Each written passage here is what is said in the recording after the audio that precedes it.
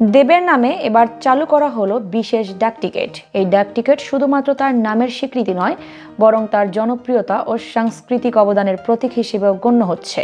টলিউডে পা রাখার পর থেকেই অভিনয় দিয়ে ভক্ত দর্শকের মন জয় করেছেন দেব। তার খ্যাতি দেশের সীমানা পেরিয়ে ছড়িয়ে পড়েছে আন্তর্জাতিক স্তরেও। রূপালী পর্দায় বাণিজ্যিক ঘরানার পাশাপাশি গল্প কেন্দ্রিক সিনেমাতেও তার দক্ষতার সকলের নজর কেড়েছে। এবার এই মেগাস্টার অভিনেতা একটি নতুন স্বীকৃতি পেলেন। ভারতের ডাক বিভাগ তার নামে বিশেষ ডাক টিকিট চালু করেছে। সম্প্রতি নিজের সামাজিক যোগাযোগ মাধ্যমে এই বিশেষ ডাক টিকিটের ছবি শেয়ার করে উচ্ছ্বাস প্রকাশ করেন দেব। তিনি লিখেছেন, আমি ভীষণভাবে সম্মানিত এবং অভিভূত। আমার নামে ডাক টিকিট চালু করার জন্য ভারতীয় ডাক বিভাগকে আমার আন্তরিক ধন্যবাদ। তিনি আরও লেখেন, আমি সত্যি কল্পনাও করতে পারিনি একজন মানুষ হিসেবে সকলের ভালোবাসা এবং বিশ্বাসের এই স্বীকৃতি আমার কাছে চরম প্রাপ্তি। আমি চিরকৃতজ্ঞ থাকব সকলের কাছে।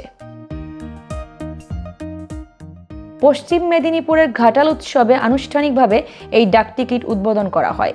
দেবের এই সম্মান প্রাপ্তি ঘাটালবাসীকে আনন্দে ভাসিয়েছে। পাশাপাশি সামাজিক যোগাযোগ মাধ্যমে দেবভক্তরা এই খবরকে উৎসাহ এবং উচ্ছ্বাসের সঙ্গে গ্রহণ করেছেন।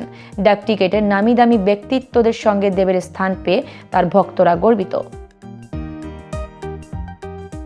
এদিকে বক্স অফিসে দেব মানেই সাফল্যের নিশ্চয়তা, যা আবার প্রমাণিত হলো প্রজাপতি 2 দিয়ে। বড়দিনে মুক্তির পর মাত্র 3 দিনের ছবিটি বিপুল জনপ্রিয়তা অর্জন করেছে এবং বক্স অফিসে বড়সড় সাফল্য পায়।